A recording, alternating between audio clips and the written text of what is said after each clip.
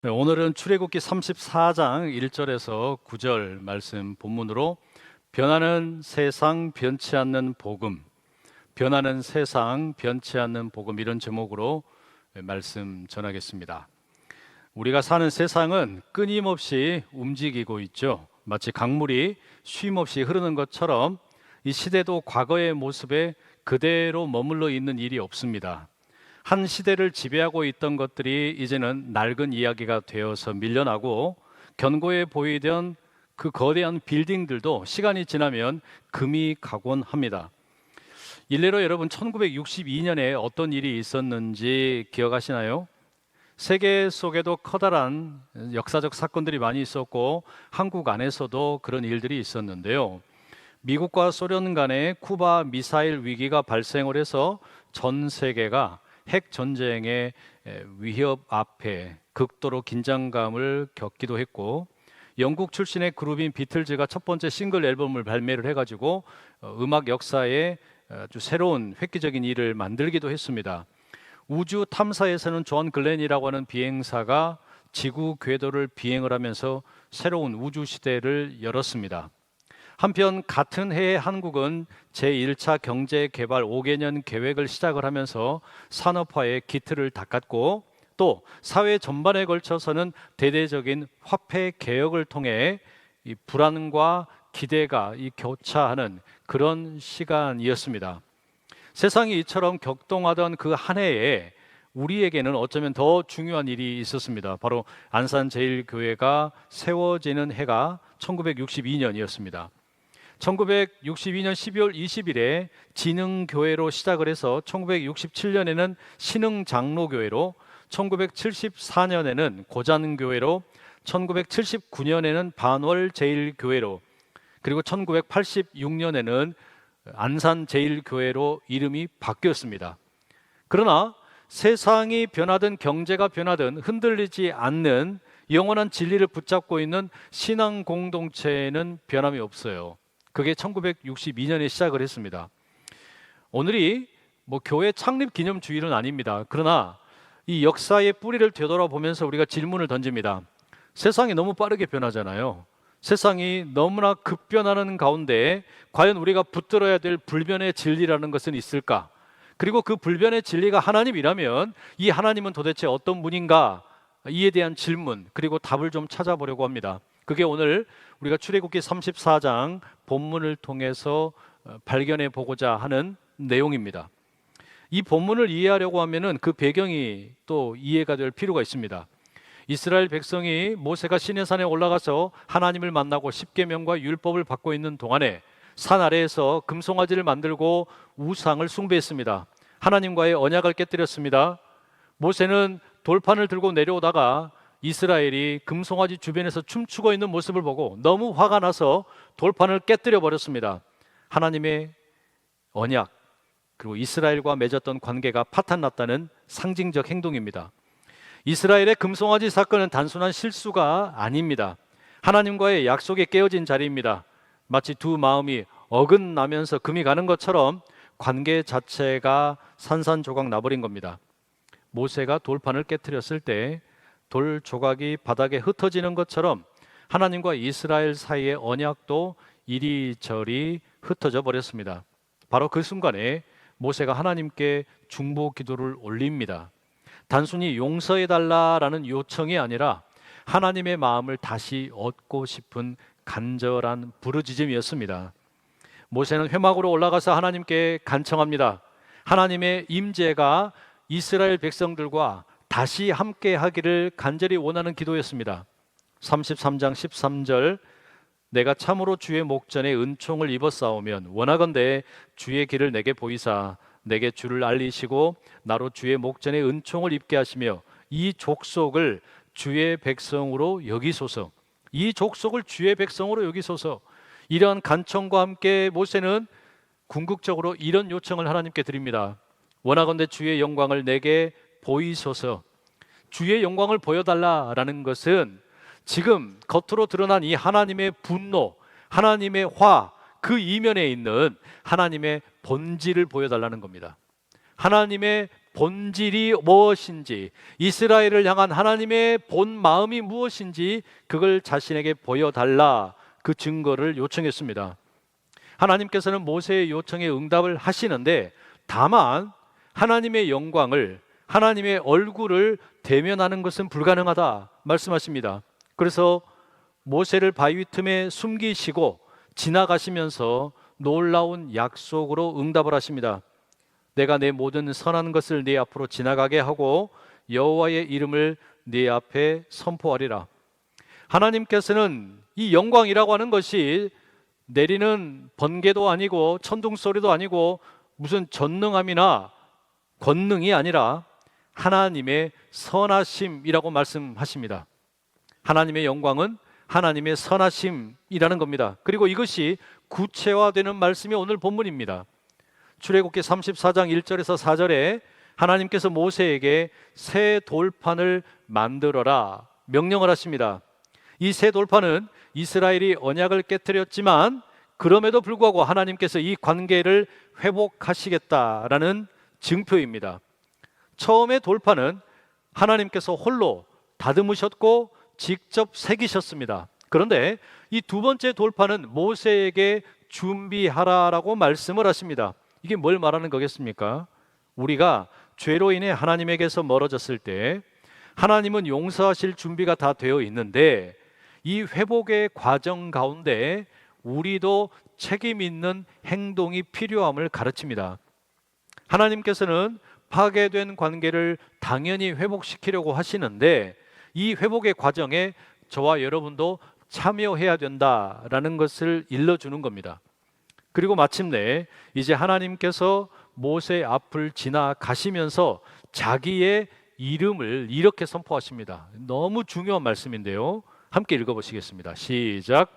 여호와께서 그의 앞으로 지나시며 선포하시되 여호와라 여호와라, 자비롭고 은혜롭고 노하기를 더디하고 인자와 진실이 많은 하나님이라. 제 개인적으로는 성경 전체에서 하나님께서 자기 자신을 가장 풍성하고 아름답게 소개하는 구절이다. 하나님이 자기 자신에 대해서 직접 말씀하시는 아주 아름다운 구절이다. 그러니까 사람들이 하나님에 대해서 노래하고 찬양하는 경우도 있어요. 그러나 하나님이 직접 자기 자신을 소개하는 이런 구절은 아주 드뭅니다. 여러분, 하나님이 자기 자신을 소개하시는데 여러 가지 표현을 쓰십니다. 그 중에 첫 번째로 나오는 단어가 뭐냐면 자비롭다입니다. 자비롭다. 히브리 말로는 라훔이라는 단어인데요, 이게 어떤 뜻이냐면 우리의 속에 내장이 있지 않습니까? 이 내장의 깊숙한 곳으로부터 올라오는 깊은 연민을 가리킵니다. 그래서 모성애와 같은 겁니다. 자녀를 생각하는 그 깊은 어떤 사랑, 그 근원적인 연민, 이걸 자비라고 부릅니다. 금송아지를 만들고 하나님으로부터 벌을 받을 수밖에 없는 이스라엘 백성들, 그들에게 필요한 것은 심판이 아니라 자비였겠죠. 하나님의 자비가 그들에게는 필요한 겁니다. 이스라엘은 당연히 하나님의 분노 앞에 멸망할 수밖에 없지만 하나님께서 그런 이스라엘에게 가장 먼저 자기 이름을 뭐라고 알려주시는 겁니까? 나는 자비로운 하나님이다. 나는 자비로운 하나님이다. 여러분, 이 자비는 우리가 가장 연약하고 무가치하다 여겨지는 순간에도 하나님께서 너무나 깊은 연민과 사랑으로 우리에게 관심을 갖고 있다는 그것을 의미합니다. 우리가 죄를 짓고 스스로를 판단하고 하나님을 두려워하고 이 세상의 변화 앞에서 무기력하게 느껴질 때 하나님은 심판의 칼을 드셔서 휘두르는 대신에 뭐라고 말씀하세요? 나는 자비의 하나님이다 말씀하시고 우리를 품으시는 겁니다. 이와 같은 자비로우심을 표현하심과 함께 이어지는 표현들 하나하나가 다 우리의 마음에 커다란 위로가 됩니다. 두 번째로 뭐라고 나와 있습니까? 은혜롭다. 이 말은 우리가 자격이 없는데 호의를 베풀어 주신다, 은총을 베풀어 주신다, 우리의 공로와 상관없이 베풀어 주시는 하나님의 호의입니다. 그 다음에 세 번째로 노하기를 더디하신다. 하나님께서는 성급하게 심판하지 않으십니다. 우리가 성난 마음으로 상대방을 향해서 즉시 달려가는데 하나님은 그렇게 하시는 게 아니라 오래 참으시고 인내하시고 우리가 회개하고 돌아오기를 기다리신다는 의미입니다. 그리고 인자와 진실이 많으시다. 여기 사용된 인자라는 말은 히브리 말로 헤세드입니다. 깨지지 않는 언약적인 신실함을 말합니다. 말하자면 하나님과 이스라엘 사이에 약속을 맺었는데 이스라엘은 이 약속을 밥 먹듯이 뒤집어 버려요. 밥 먹듯이 깨뜨립니다. 그러나 하나님은 어떻다는 겁니까? 한 번 맺은 약속을 끝까지 지킨다. 내가 한 번 맺은 언약은 끝까지 지키고야 만다. 이게 인애이에요. 그리고 하나님께서는 바로 그런 인애와 진실하심으로 천대까지 이르도록 사랑으로 베푸신다. 이게 지금 이 말씀의 의미입니다. 1962년에 그 험난한 변화 속을 살아가고 있던 분들에게, 그리고 오늘날 예측 불가능한 삶을 살고 있는 우리들에게 여전히 이와 같은 하나님의 자비로우시고 은혜로우시고 노하기를 더디하시고 인애와 진실이 풍부하심은 너무나 커다란 위로가 됩니다. 왜 그렇습니까? 우리들의 삶이 지금 너무나 빠른 현실을 마주하고 있기 때문입니다. 여기 계신 분들 가운데 조금 나이가 드신 분들은 아마 패스트푸드점 같은 데 가가지고 음식 하나 주문하는 것도 되게 버거워요. 햄버거를 주문하려고 그러는데 그냥 그 직원분에게 햄버거 하나 주세요 라고 하면 편할 텐데 자꾸 무슨 뭐 키오스크인가 뭔가를 누르래요. 눌러도 대답 없는 그대예요. 이거 어떻게 해야 되는지를 모르겠어요. 화가 나면 어떡합니까? 에라이 씨, 안 먹고 말자. 그냥 와버린단 말이에요. 세상이 이렇게 빠르게 변하는 현실에 쫓아가지 못하는 것 같은 내가 어떻습니까? 되게 미련해 보여요. 이렇게 세상은 빠르게 달라지고 있는데 쫓아가지 못하는 내가 너무나 바보 같단 말이에요. 어디 그뿐입니까? 우리의 삶은 신의 산 아래에 우상을 만들고 금송아지를 숭배했던 이스라엘의 모습과 별반 다르지 않습니다. 종류만 다를 뿐이지 우리 역시 열심히 금송아지를 만들고 있습니다. 성공과 돈과 명예와 안락함이 우리에게 우상이 되었습니다. 그리고 우리는 그 우상을 섬기면서 하나님과의 관계를 깨뜨릴 때가 참 많아요.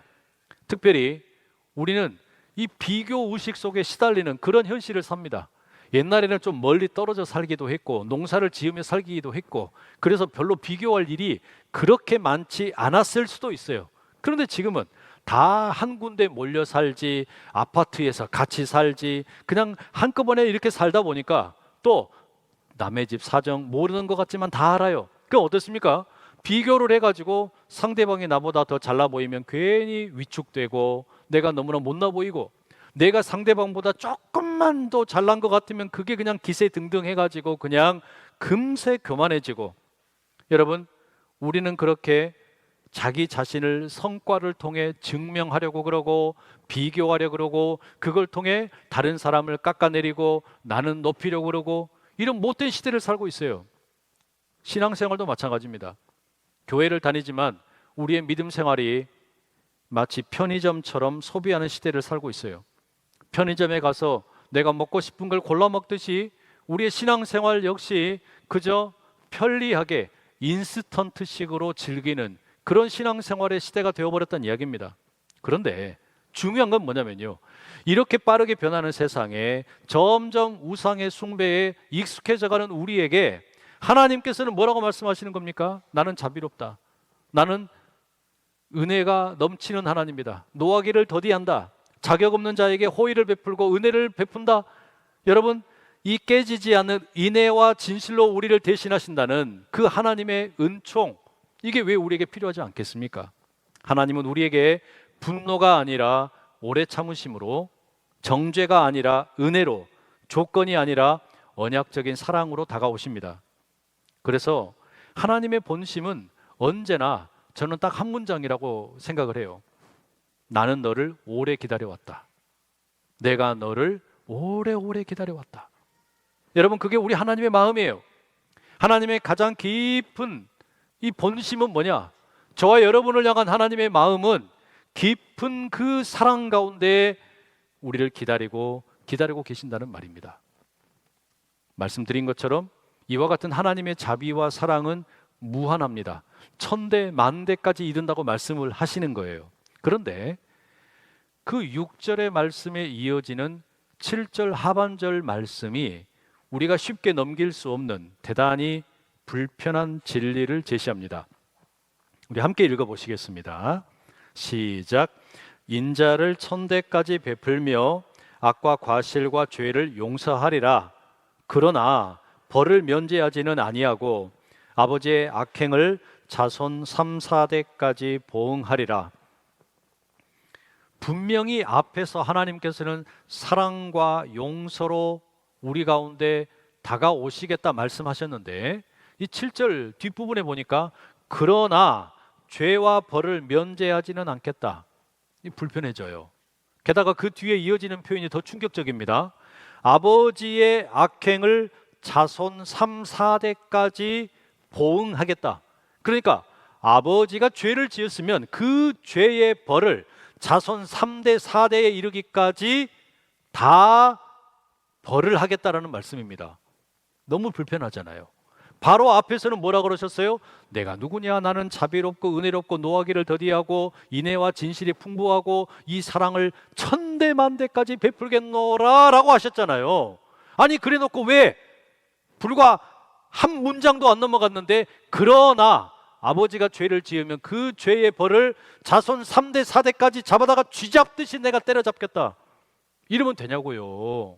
안 되잖아요. 왜 하나님이 이렇게 말씀하실까요? 그 이유는 하나님은 사랑이시면서 동시에 완전히 공의로우신 분이기 때문입니다. 죄를 용서한다고 해서 이 죄에 대한 대가가 무시되는 것은 아닙니다. 만약에 하나님이 죄를 그대로 눈 감아 주시게 되면 그분은 더 이상 공의로운 분이 아니게 되겠죠. 사랑이 모든 것을 덮지만 정의가 사라지는 것은 아닙니다. 자, 그럼 여러분, 하나님의 정의로우심, 이 하나님의 공의라고 하는 게 왜 중요할까요? 이유는 딴 데 없습니다. 우리가 사는 현실을 보면 세상에 억울한 사람이 너무 많아요. 법원에 가가지고 억울함이 다 풀리던가요? 아니죠. 억울한 일을 당했지만 이 세상에서는 풀어지지 않는 사람들에게 유일한 의지할 것이 뭐냐? 하나님의 공의로우심이에요. 만약에 이 세상에 여러분 하나님의 공의로우심이 없다면 사법체계로도 공의로움을 경험하지 못한 사람들, 말하자면 이 세상에 억울한 일 당한 사람들 어떻게 되겠습니까? 사실상 여러분 하나님의 공의라고 하는 게 이 세상을 떠받드는 어마어마하게 중요한 기둥입니다. 만약에 이 하나님의 공의로우심을 믿지를 못하게 되면 우리는 더 이상 사법체계를 신뢰할 필요도 없고 이 땅에서 착하게 살 필요도 없고 그저 짐승처럼 약육강식으로 살면 돼요. 그러나 우리가 이제 이성을 가지고 있고 신앙을 가지고 있고 이렇게 하나님의 정의로우심, 공의로우심을 믿기 때문에 우리가 뭐 하는 거냐? 억울한 일 당해도 참는 겁니다. 설령 이 땅에서는 완전하게 공의로움이 이루어지지 못할지라도 결국에 하나님의 공의는 이루어지게 될 거다. 이걸 믿는 거란 말이에요.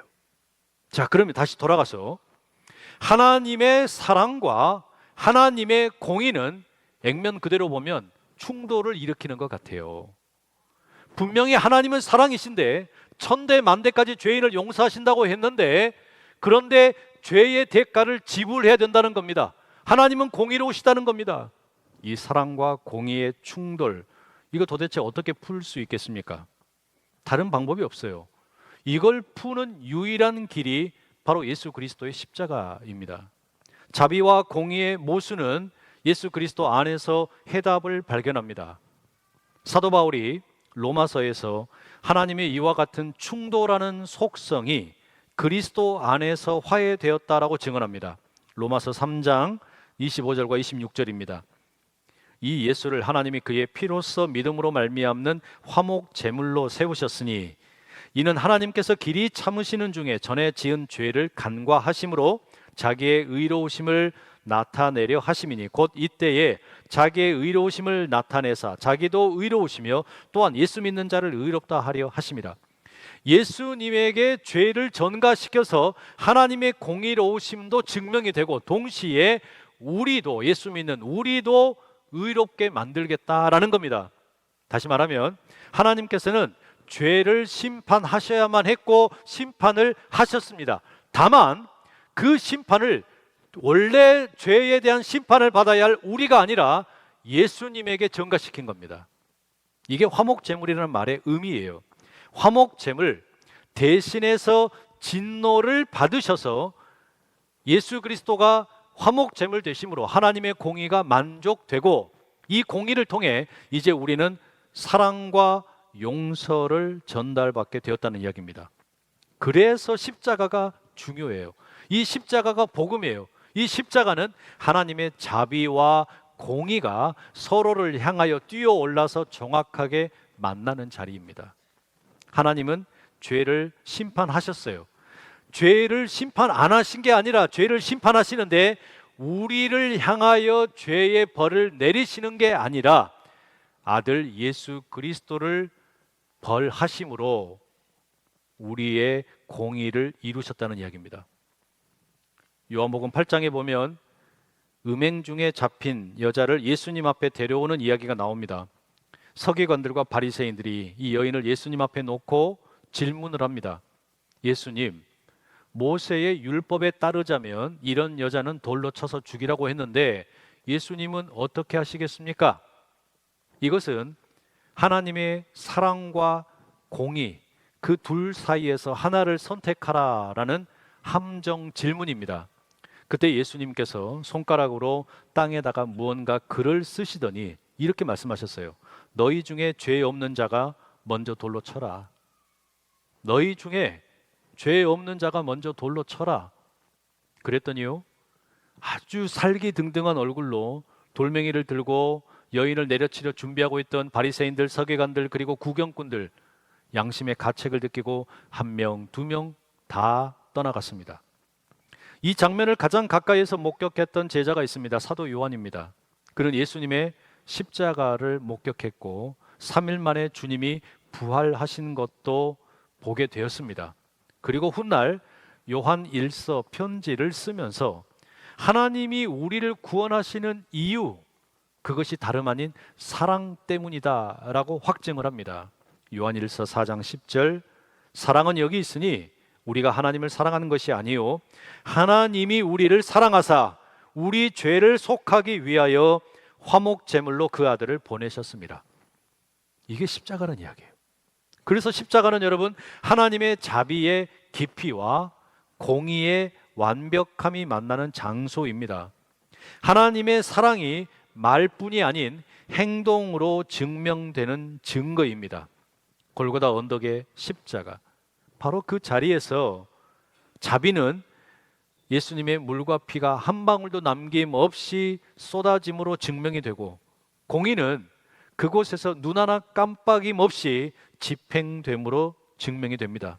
결국에 십자가는 사랑과 공의가 충돌하는 지점이 아니라 두 강이 하나로 합쳐져서 우리를 살리는, 이를테면 두물머리의 물줄기가 시작되는 순간입니다. 모세는 이 모든 계시의 말씀을 듣다가 땅에 엎드려서 경배하며 간구합니다. 9절의 말씀 함께 읽겠습니다. 시작. 이르되 주여, 내가 주께 은총을 입었거든 원하건대 주는 우리와 동행하옵소서. 이는 목이 뻣뻣한 백성이니이다. 우리의 악과 죄를 사하시고 우리를 주의 기업으로 삼으소서. 모세가 하나님 앞에 간구합니다. 하나님, 이스라엘은 목이 뻣뻣한 백성입니다. 목 디스크에 걸린 백성인 건지 뭔지는 모르겠지만 하나님을 제대로 섬기지 못하는 백성이라는 겁니다. 그럼에도 불구하고 이 백성의 죄와 악을 용서해 주시고 뭐라고 간구하느냐? 저와 이스라엘 백성을 주의 기업으로 삼아 주십시오 라고 간구합니다. 여기 나오는 기업이라는 말은요, 회사가 아니에요. 회사를 가리키는 의미에서의 기업이 아니라 이 말은 소유라는 뜻입니다. 그러니까 모세의 간구는 이스라엘을 하나님의 소유, 하나님의 것으로 삼아달라는 이야기입니다. 그냥 소유가 아닙니다.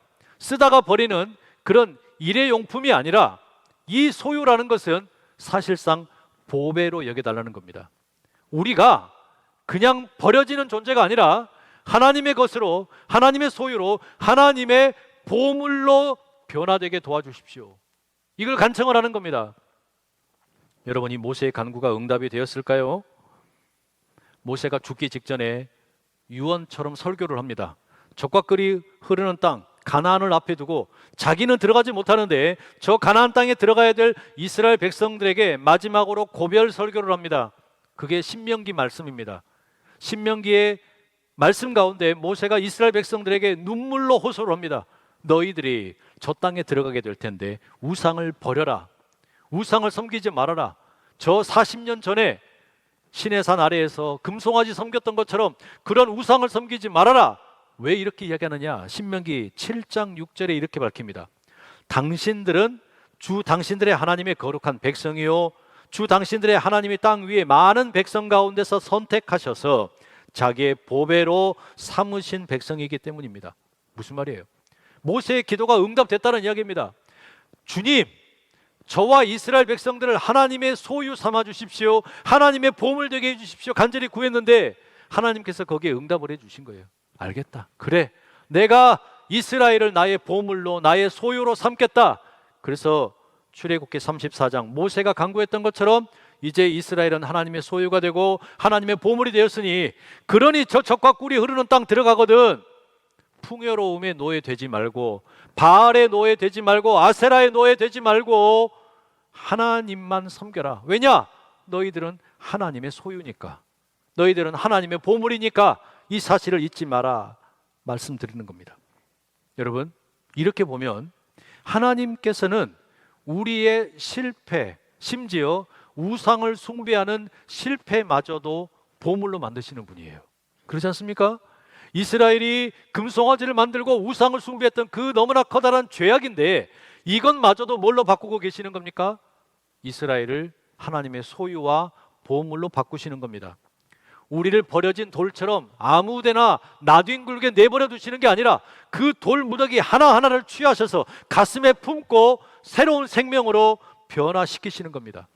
예수 그리스도 안에서 저와 여러분은 그래서 하나님의 소유가 되고 하나님의 보물이 되는 줄로 믿습니다. 사탄은 날마다 우리에게 속삭입니다. 너는 실패자다. 너는 하나님의 마음을 아프게 했고 너의 가족의 마음을 아프게 했고 너는 세상에 수없이 더러운 죄를 많이 지었다. 그러니 너는 구제불능이다. 속삭이고 우리를 고발합니다. 그런데 하나님께서 뭐라고 선포하십니까? 나는 자비롭다. 나는 은혜롭다. 나는 노하기를 더디한다. 나는 인애와 진실이 풍부한 하나님이다. 너는 내 거다. 내가 너를 사랑한다. 이게 여러분 하나님의 우리를 향한 말씀이에요. 바울은 이 놀라운 은혜를 로마서 8장 17절에 더 놀라운 선언으로 우리에게 들려줍니다. 자녀이면 상속자이기도 합니다. 우리가 그리스도와 함께 영광을 받으려고 그와 함께 고난을 받으면 우리는 하나님이 정하신 상속자요 그리스도와 더불어 공동 상속자입니다. 놀라운 말씀이에요. 우리가 하나님 앞에서 우상과 죄와 버타며 살다가 하나님이 주신 언약을 깨뜨렸는데 도리어 지금 뭐라고 말씀하시는 겁니까? 너는 나의 소유다. 너는 나의 보물이다. 그리고 뭐라고 말씀하시냐? 예수 그리스도와 함께 공동의 상속자가 된다. 기가 막힌 말씀이에요. 여러분의 이름표 확인을 한번 해보십시오. 세상 사람들이 또는 사탄이 또는 여러분 자신이 여러분의 이름표를 뭐라고 붙여놓고 살게 하고 있습니까?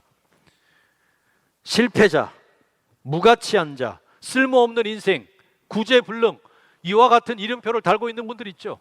사업에도 실패하고 가정에도 실패하고 건강에도 실패하고 정서적으로도 무너지고 되는 일이 하나도 없는 것 같은 그런 인생, 그게 자기 이름표라고 생각되는 분들이 있잖아요. 그런데 오늘 여러분의 이름표가 바뀌었다는 사실을 절대로 잊지 마십시오. 여러분의 이름표는 새롭습니다. 하나님의 보물이요, 하나님의 소유요, 하나님의 유산이요, 그리스도와 함께 공동의 상속자, 그게 여러분에게 주어진 새로운 이름표입니다. 그런 여러분, 우리가 어떻게 살아야 됩니까? 다른 거 없어요. 어두운 생각을 사라지게 하시기를 축복합니다. 자기를 쓸모없다라고 자책을 하고 자기가 뭔가 잘났다라고 우쭐대는 마음을 버려버려야 됩니다. 사탄이 심어놓은 하나님과 자기 자신에 대한 어두운 생각을 버리시고 자비롭고 은혜롭고 노하기를 더디하시고 인내와 진실이 풍성하신 하나님, 그 하나님의 사랑을 붙들고 나아갈 수 있기를 간절히 축복합니다. 안산제일교회가 세워진 1962년 12월 20일, 당시 세상은 급변했습니다. 그리고 2025년 지금도 예측할 수 없는 변화 속에 우리가 살고 있어요. 정직하게 말하자면 우리 삶의 한순간도 편한 적은 없었던 것 같아요. 미래가 예측되는 때가 한 번이나 있었습니까? 여러분, 내일 일을 알 수가 있습니까? 하나도 모르잖아요. 그게 우리 인생이잖아요. 그러니 여러분, 우리는 너무너무 빠르게 변하는 세상 가운데 살고 있습니다. 이런 때일수록 우리에게 뭐가 필요하냐? 변하지 않는 진리가 필요하잖아요. 변하지 않는 뭔가 붙들 수 있는 게 필요하다는 말이에요. 그게 뭡니까? 바로 하나님의 은혜인 줄로 믿습니다. 자기 아들을 아끼지 아니하시고 우리 모든 사람을 위하여 내주시니가 어찌 그 아들과 함께 모든 것을 우리에게 주시지 아니하겠느냐. 이 변함없는 약속, 변함없는 하나님의 은혜, 그 사랑, 그 용서, 그 말씀에 붙들려 살아가는 저와 여러분 다 될 수 있기를 간절히 축복합니다. 그런 우리 가운데 이런 기도가 있으면 좋겠어요. 사랑하는 주님, 변하지 않는 사랑으로 우리를 당신의 보물로 삼아주심에 감사합니다. 빠르게 변하는 세상 속에서도 변하지 않는 하나님의 사랑을 놓치지 않게 하여 주시옵소서. 그 고백이 저와 여러분 모두의 고백될 수 있기를 간절히 축복합니다. 기도하겠습니다. 사랑하는 하나님, 변하지 않는 사랑으로 우리를 당신의 보물로 삼아주심에 감사를 드립니다. 하오니 빠르게 변하는 이 세상 속에서 하나님의 보물이라는 이름표와 확신을 놓치지 않게 하옵소서. 예수님의 이름으로 기도드립니다. 아멘.